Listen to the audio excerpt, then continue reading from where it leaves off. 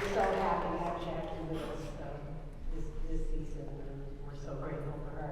So here we are. I'm thrilled to be here today after the postponement last week. The planets have aligned. It's a beautiful day. It's going to be a glorious concert. And I want to mention to you, just remind you about how and why we're here. It takes a lot to run a symphony. You have to pay for the soloists, and the venue, and the printing, and programs, and music, and all this sort of stuff. It's a lot. And we're so lucky today to have Kurt and Diane Hartung funding this concert today, bringing you this concert today on this glorious day.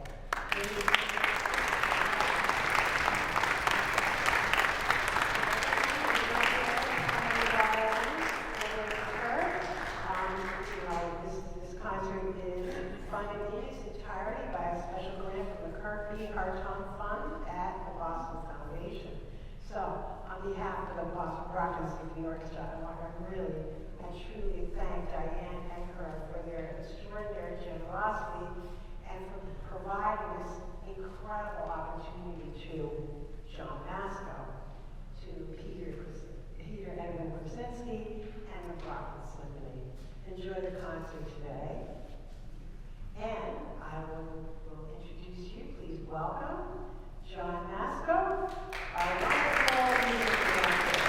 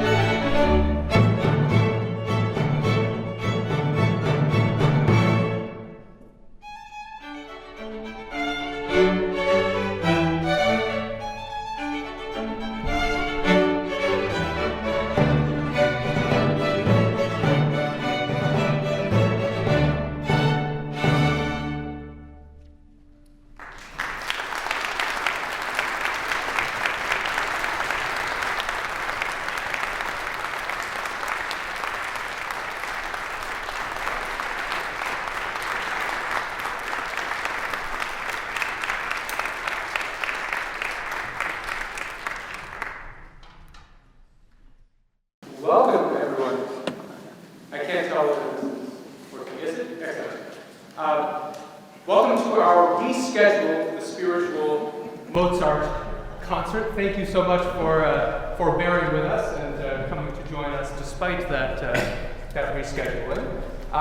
It is an extraordinary program that we have in store for you. This Serenata Notturna that you just heard is one of my favorite lesser performed Mozart works. I've been waiting years and years to be able to do this one, and finally the perfect situation presented itself. A quick preview of the rest of the program that we have before us. I'm going to introduce you to our guest organ soloist, Peter Edwin Krasinski, in a moment, and I think he can fill you in on the organ-involved items in the program.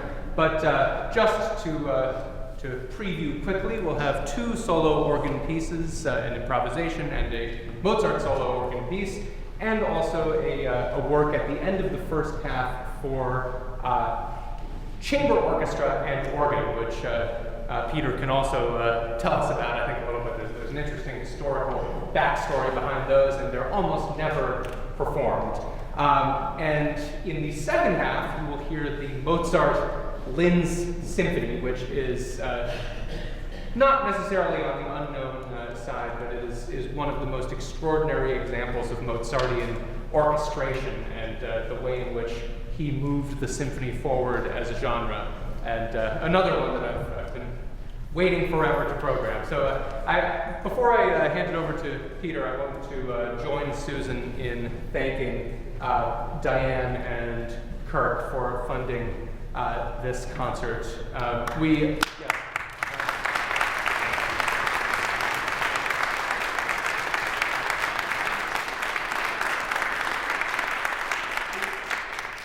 I think this is the first time it's certainly as long as I've been here, and considerably before that this orchestra has played Mozart in a while. Mozart is lovely, a little terrifying to play as an orchestra, and it's terrifying because there's you play a Tchaikovsky symphony. There's stuff going on everywhere to cover up anything, and playing Mozart is a lot like dancing ballet.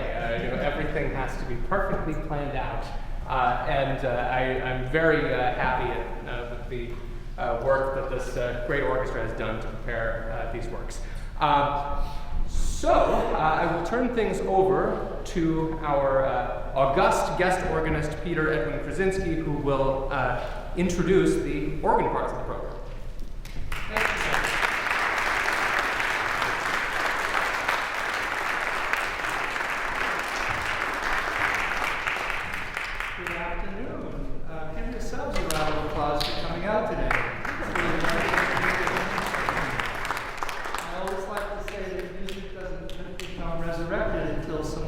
hears it. So you're part of that wonderful miracle of music. And it's written on the page, but then when someone plays it, and then someone hears it, that composer comes back to life. And what a wonderful thing to do for Mozart when dying so young, to bring him back to life today. I want to thank John, I want to thank our wonderful host and the church, and also the wonderful funding that was made possible. Please give all of that a big round of applause.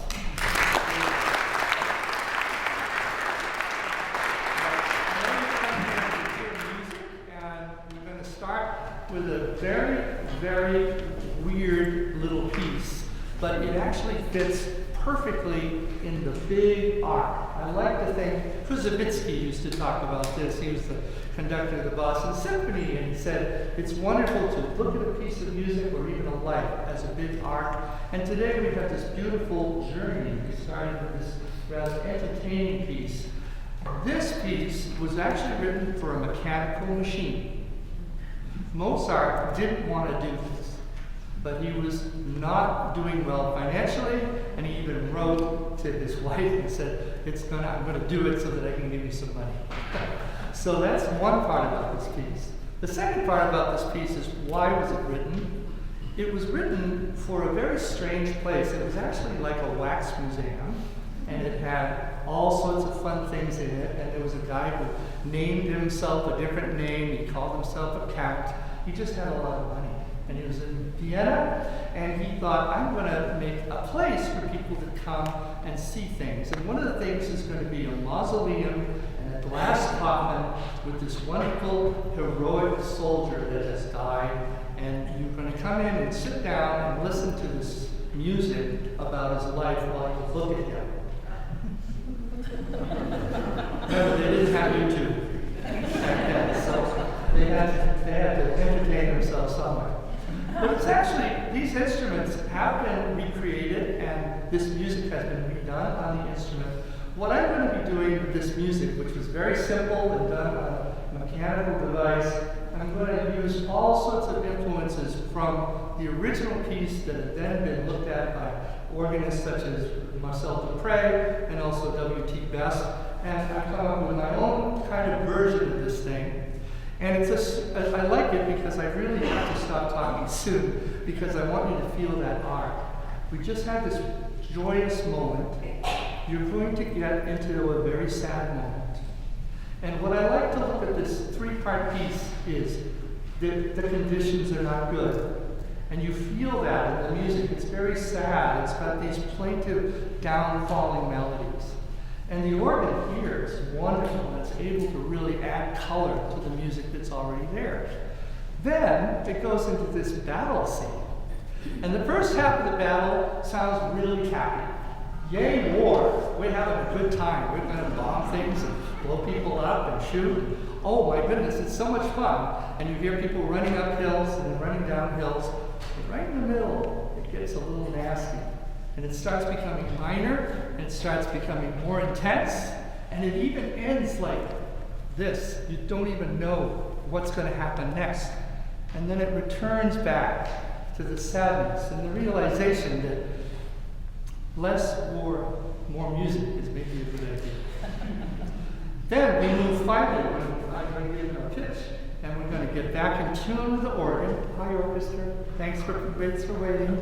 And we're going to do this incredible bunch of tunes. A few of them, the epistle sonatas were written for a moment in the Mass when the priest would have to walk from one part of the church to the other between the epistle reading and the gospel reading. So it's basically traveling music. Oh, what traveling music. Thank you for being here today. Enjoy.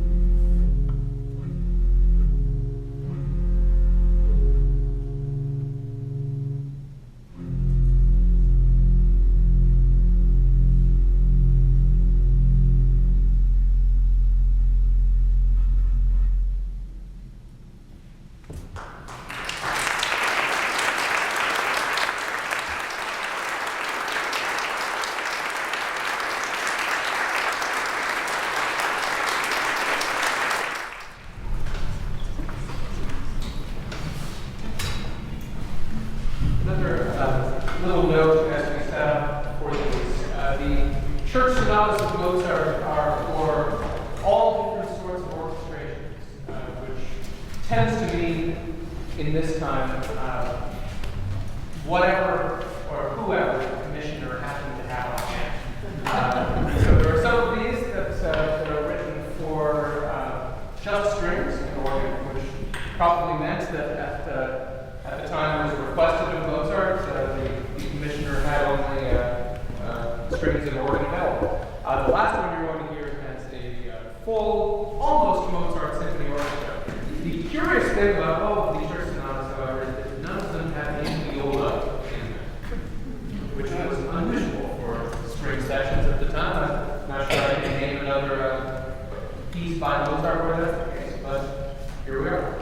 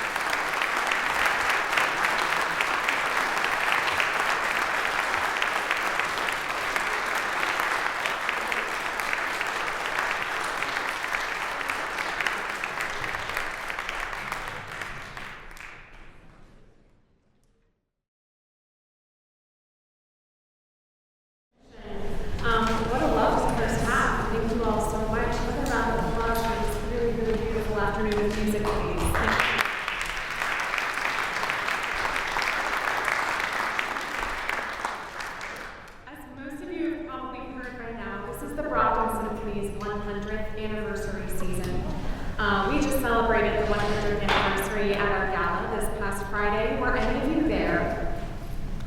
Some of you were. Thank you so much for coming. Did you have a good party?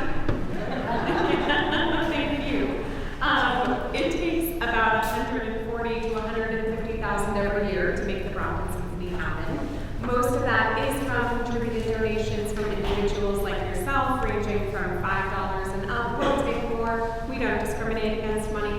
But while you're at our intermission today, please check out our 50-50 raffle. It's a win-win situation for the symphony and for you. Some of you are asking me to speak up in the back. I'm talking about our 50-50 raffle, encouraging you to get your tickets at intermission. The winner will be selected in the second half of the concert. We're also selling 100th anniversary Brockton Symphony ornaments, and you can make a donation through the donation page on page 5 of your program at any time.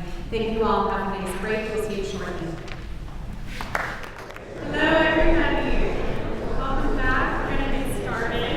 To kick us off for the second half, I'd like to welcome Peter back to the stage to talk about his next piece. Thank you. Welcome, Peter.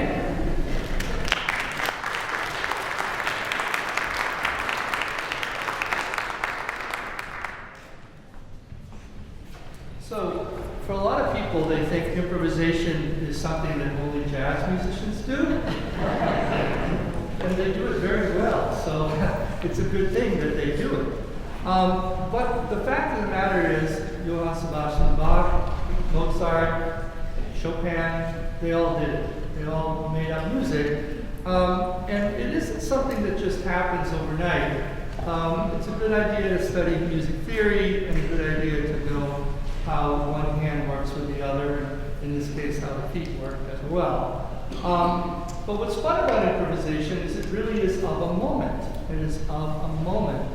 And it says in your program that I'm going to be improvising on the first piece you heard this afternoon. Now that piece started with a first movement and with a certain character. The second movement was a minuet of a sword in 3/4 time, and the last movement is a rondo. So it's not going to be as long, but I am going to play with those ideas in mind and sort of the attitudes in mind, but I might be using melodies that have something to do with where we are right now as a people. And I enjoy doing this, and I enjoy getting the opportunity to create music, actually compose in real time. What makes an organ amazing is that you'll hear little snippets probably. I really don't know what's going to happen. But you'll probably hear things that have to do a little bit with what you heard in the first piece. In other words, there were solo sections, there were certain rhythms, there were certain ways the form worked. So it will be a 3-movement piece, so be patient. I won't be here all afternoon, and then we have a wonderful symphony ahead to listen to. So thank you very much for being here, and again, thanks for supporting live music. Great.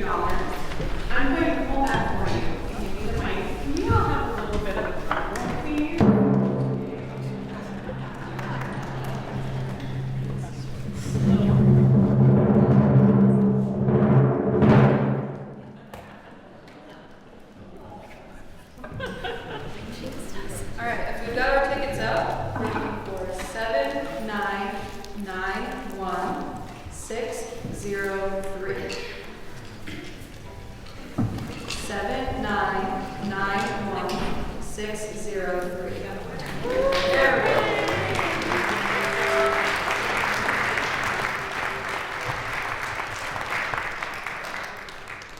At the end of the concert, come see me in the lobby. I just need your information for tax purposes.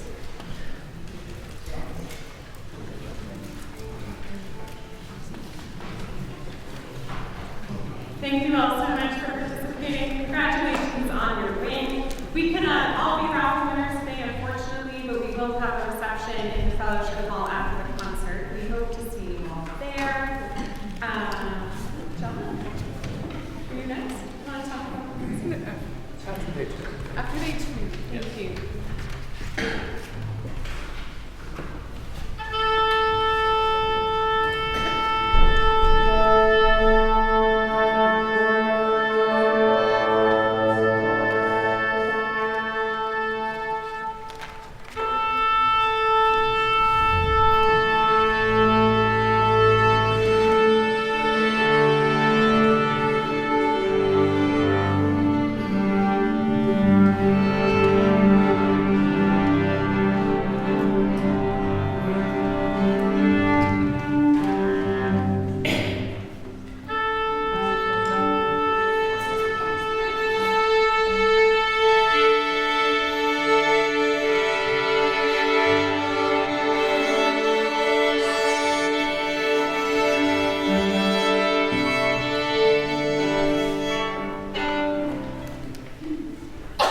Welcoming back to the stage, John Masco.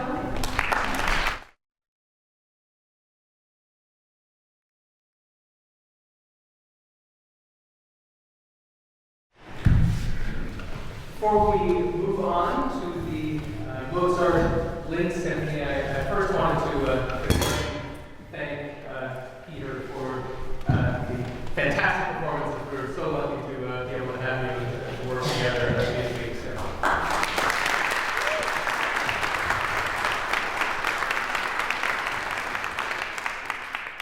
A little bit about the rest of the year after this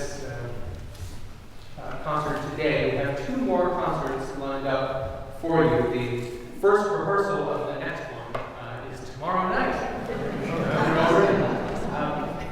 We will be on March 15th performing the Tchaikovsky First Piano Concerto, which is our first time in a while, a blockbuster piano concerto with our concerto competition winner this year, Una Basu. We will be pairing that with another concerto, a cello concerto, which I had never heard of until our concerto competition winner of 10 years ago, who we're bringing back to celebrate our 100th year, Andrew Beyond, who has gone on to an august cello career, suggested it. So we'll be performing the cello concerto in G major of Leopold Hoffmann, which is a lovely, busy classical period work. And then last, and whatever the opposite of least is, mind-blowingly, the Stravinsky 1919 Firebird Suite, which will be fabulous. So get your tickets to that, highly recommended. And then we will have our Beethoven night at the end of the year, which is May 16th here in the Brockton area at Stoughton High School, and on 17th in Cambridge, Mass. So if you happen to be coming from closer to Boston, you can go to that one. It is a collaboration with the Cantata Singers of Boston, and it'll be about the most rousing and fitting way possible to end our 100th year. Now, the Mozart Wind Symphony. It's one of the all-time Mozart masterpieces. I think I'll just let you enjoy it. A fabulous piece of music.